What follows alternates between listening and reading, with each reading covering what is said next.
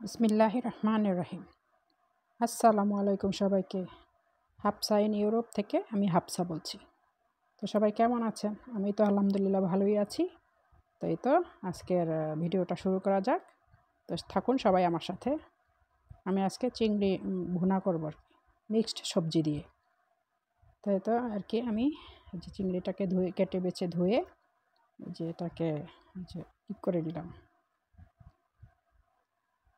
কেটে বেছে ধুয়ে সুন্দর করে এখন বসিয়ে দিলাম।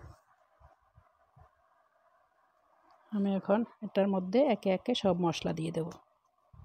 আমি হলুদ, মরিচ পাউডার সব মশলাগুলো দিয়ে দিচ্ছি একে একে করে। তাই তো দিয়ে দিলাম, তা হয়ে গেল। হলুদ, মরিচ, লবণ তো দিয়ে দিছি, তো হয়ে গেল। এখন আমি এদিকে আরেক সাইডে সবজি বসিয়ে নিয়েছি। এটার মধ্যে ছিল ক্রুজেট, আলু, ক্যাপসিকাম এবং টমেটো।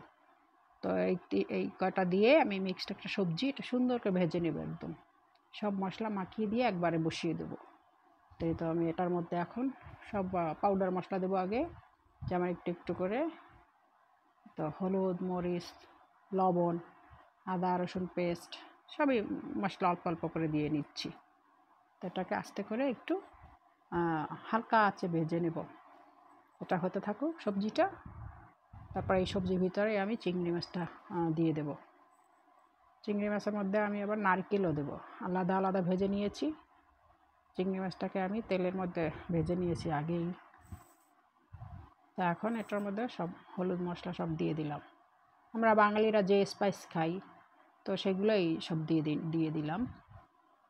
তারপর আর এদিকে চিংড়ি মাছটা ভাজা হতে থাকুক।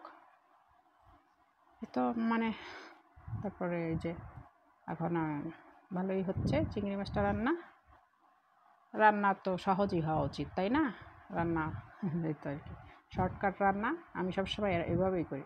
তা আমি এই চিংড়ি মাছের ভিতরে একটু নারিকেল পাউডার দিয়ে দিলাম। এটা প্যাকেটে পাওয়া যায় আমাদের এখানে। তো আমি পাউডারগুলো দিয়ে দিচ্ছি। খেতে থাকুক একদম। এই যে হচ্ছে আস্তে আস্তে। আর ওইদিকে আমি আরেকটা কড়াইয়ে কী করলাম, আর এইদিকে এই যে আমি সবজিটা দিয়ে দিয়েছি আগেই, সবজির ভিতরে চিংড়ি মাছগুলো। এখন আমি আবার আরেকটা কড়াইয়ে যে পেঁয়াজ ভেজে নিয়েছি বেরেস্তা করে, সেটা আবার এটার উপরে দিব। সব একবারে মিক্সড করে একটা মানে চিংড়ি মাছ দিয়ে সবজি অনেক সুস্বাদু হবে খেতে। সবাই ট্রাই করে দেখবেন একবার হলেও, ভালোই লাগে। সবাই পারেন যদিও, তারপরে আবার একটু দেখাইলাম এই আর কি। আমি আমার স্টাইল করে রান্না করছি, নারিকেল দিয়ে খুব মজা হয়। শুকনো শুকনো একদম ভুনা আর কি, ভাজি বা ভুনা যে যেটাই মনে করেন আর কি, সহজ করে নিতে পারেন। তো আমার রান্নাটা এখন হয়ে গেল মাশাআল্লাহ। অনেক সুস্বাদু ছিল খাবারটা, গরম ভাত দিয়ে খুবই মজাদার। এই তো সবাইকে বলে নিচ্ছি, সবাই একটা লাইক, শেয়ার, কমেন্ট এবং সাবস্ক্রাইব করে দেবেন। এই তো ফ্রেন্ডস অ্যান্ড ফ্যামিলির সাথে, সবার সাথে। এই তো জানি সবাই করেন, তারপর আবার বলে দিলাম। এই তো তা এখন আমি এটাকে একটু উল্টে পাল্টে নিব। আর ওইদিকে আমি চিকেন উইংস ভাজি করবো আর কি, চিকেন উইংস ফ্রাই। তা আমি সব মশলা, আদা রসুন পেস্ট, তারপর হলুদ মরিচ সব একটু একটু এক চিমটে করে দিয়ে নিয়েছি। এটাকে এখন মিক্সড করে ভেজে নেব সুন্দর করে, একদম মশলা মাখিয়ে আস্তে আস্তে হালকা হালকা করে, হালকা ভেজে একদম পোড়া পোড়া করে ভেজে নেব। তো এটা আস্তে আস্তে হইতে থাকুক। হচ্ছে এটার মধ্যে আর কিছুই দেবো না। চিকেন উইংস সব পরিষ্কার করে কেটে বেছে ধুয়ে নিয়েছি।